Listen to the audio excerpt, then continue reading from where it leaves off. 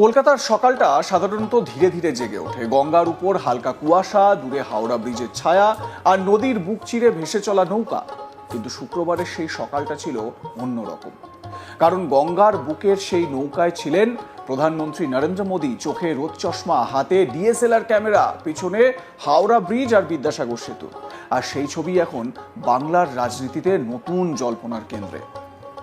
প্রশ্ন উঠছে, এটা কি শুধুই এক সাধারণ প্রাতঃভ্রমণ, নাকি এর মধ্যে লুকিয়ে রয়েছে বড় রাজনৈতিক বার্তা?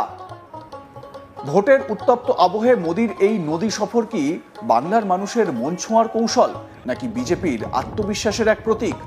আগে এই ভিডিওটি দেখাই আপনাদের, দেখুন।